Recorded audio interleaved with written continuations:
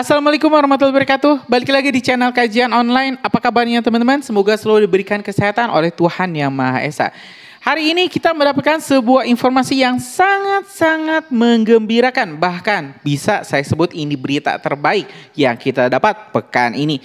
Di mana ini teman-teman, para gerombolan pemburu ijazah Presiden ke-7 Republik Indonesia rupanya menggugat, tapi lah kok malah dirinya yang jadi tersangka. Betul teman-teman, ini salah satu pengacara lawyer tipu UGM atau tolak ijazah palsu usaha gak punya malu. Ini resmi dijadikan tersangka oleh kepolisian dikarenakan pemalsuan dokumen. Lah kok bisa? Ini melaporkan Pak Jokowi ijazahnya palsu, tapi ketika dilaporkan ini dokumen-dokumennya itu ternyata palsu teman-teman. Jadi ini sudah masuk ranah hukum. Memang sudah dibuat-buat sepertinya, memang sudah didesain sedemikian mungkin agar ini para penggugat ini bisa mempermalukan atau ya minimal memfitnah Pak Jokowi. Tapi tentu para penegak hukum juga tidak bodoh, langsung di cross check dan hari ini sudah ditetapkan jadi tersangka. Informasi ini kita ambil dari Tribun. Di video yang berjudul pengacara pelapor dugaan ijazah palsu Jokowi bernama Zainal Mustafa resmi jadi tersangka pemalsuan dokumen. Dalam press release singkatnya, Zainal Mustafa, salah satu pengacara yang vokal menggugat keaslian ijazah Presiden Joko Widodo, ditetapkan sebagai tersangka oleh Polres Sukoharjo dalam kasus dugaan pemalsuan dokumen akademik. Zainal dikenal sebagai bagian dari tim tolak ijazah palsu usaha gak punya malu tipu UGM, kelompok yang melaporkan dugaan ijazah palsu Presiden Joko Widodo dari Universitas Gadjah Mada UGM. Namun kini dirinya lah yang justru tersangkut kasus dugaan pemalsuan dokumen pendidikan. Nah, teman-teman, memang ini gerombolan para penyinyir ya, gerombolan para tukang fitnah ini memang gak ada yang benar. Yang satu ngaku ahli IT tapi malah jurusan komunikasi.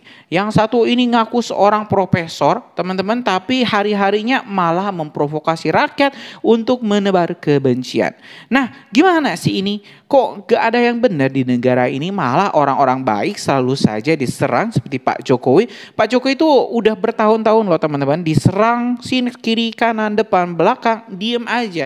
Tapi ketika ya Pak Jokowi sekarang kan sudah tak punya beban moral, bukan lagi seorang presiden, dirinya harus melindungi harkat martabat keluarga dan juga dirinya pribadi. Jadi ya wajar saja kalau misalnya Pak Jokowi melawan balik, karena sebagaimanapun kalau semut diinjak pasti menggigit juga, apalagi ya Pak Jokowi. Nah teman-teman, kita bakal tengok dulu informasi selengkapnya bagaimana ini kronologisnya para penggugat ijazah Pak Jokowi. Lah kok malah sekarang satu persatu ditangkap oleh kepolisian. Kita simak dulu teman-teman video selengkapnya. Pengacara pelapor dugaan ijazah palsu Jokowi, Zainal Mustafa, jadi tersangka pemalsuan dokumen.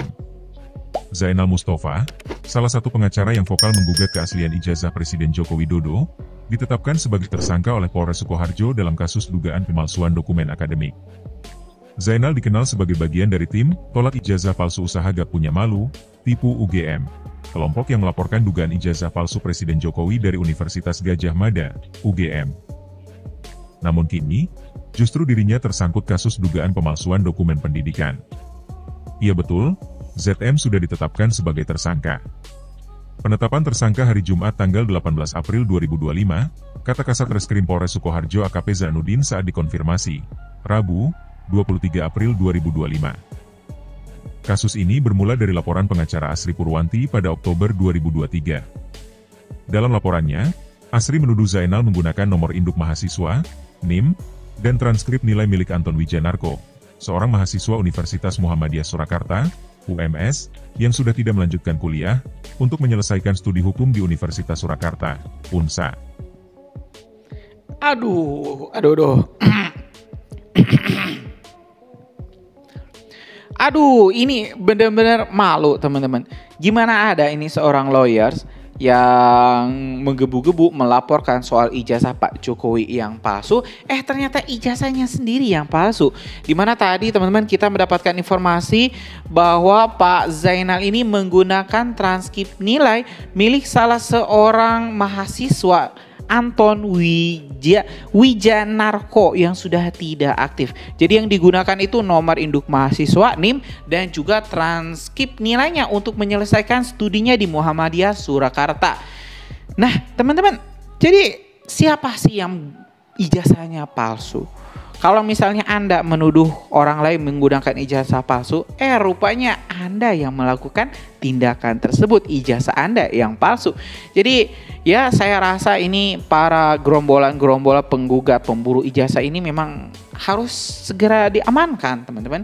Karena mereka itu memang dibayar, saya yakin dibayar. Kalau nggak ada uang mereka nggak akan mungkin mau koar-koar. Kalau bayarannya rendah juga nggak akan mungkin sevokal itu. Jadi jelas ada aktor intelektual di sini teman-teman. Kita lanjut lagi. Saya mengecek apakah benar dia mahasiswa UMS. Saya juga mengecek bersama pemilik nilainya yang bernama Anton Wijanarko. Kami ke UMS.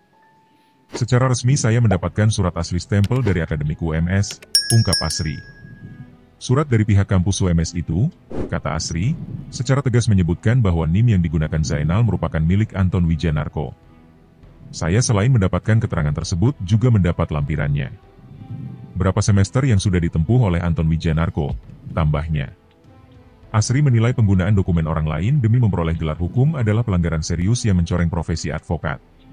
Oleh karena itu, ia merasa punya legal standing untuk melaporkan kasus tersebut. Masalah legal standing saya jelas, saya punya hak. Karena dia memakai gelar sarjana hukum dengan menggunakan dokumen NIM-nya orang dan untuk menjadi lawyer itu sudah merusak citra lawyer. Dan itu seluruhnya. Harusnya pengacara-pengacara prihatin, ujar Asri. Ia juga menyatakan telah menerima surat pemberitahuan perkembangan hasil penyidikan, SP2HP, dari Polres Sukoharjo pada Senin, 21 April 2025. Menanggapi penetapan status tersangka, Zainal Mustafa menyatakan dirinya tidak bersalah dan merasa telah menjadi korban kriminalisasi. Saya merasa sangat dikriminalisasi, kata Zainal saat dikonfirmasi. Ia juga membantah tuduhan yang dialamatkan kepadanya. Yang perlu digarisbawahi, saya tidak pernah melakukan apa yang dituduh.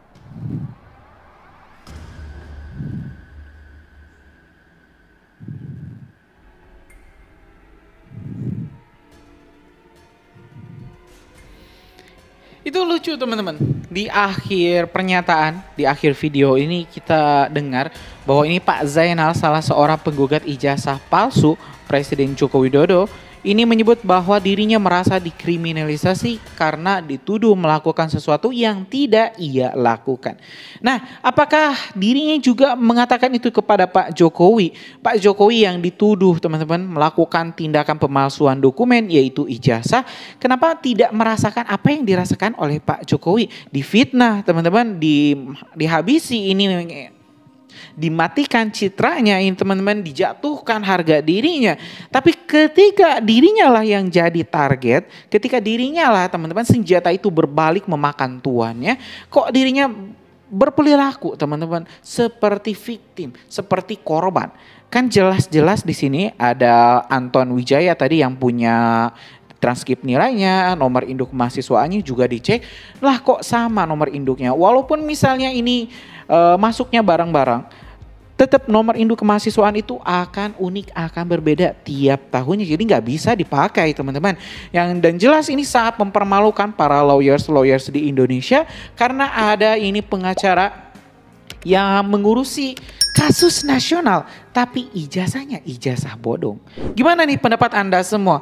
Apakah ya memang ini para gerombolan tukang tipu ini memang gak bisa dipercaya satupun? Ya Roy Suryo yang disebut pakar telematika ternyata cuma lulusan komunikasi. Ada Profesor Amin Rais yang disebut-sebut guru besar, ternyata memprovokasi. Aga Edi Sunjana teman-teman ini juga menebar hoax. Dokter Tifa ini yang disebut dokter teman-teman, tapi malah ngurusin ijazah orang lain.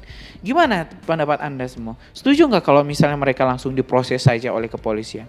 Tulis pendapat Anda semua di kolom komentar dan jangan lewatkan update terbaru lainnya di kajian online dengan subscribe dan nyalakan lonceng notifikasinya. Terima kasih teman-teman. Assalamualaikum warahmatullahi wabarakatuh.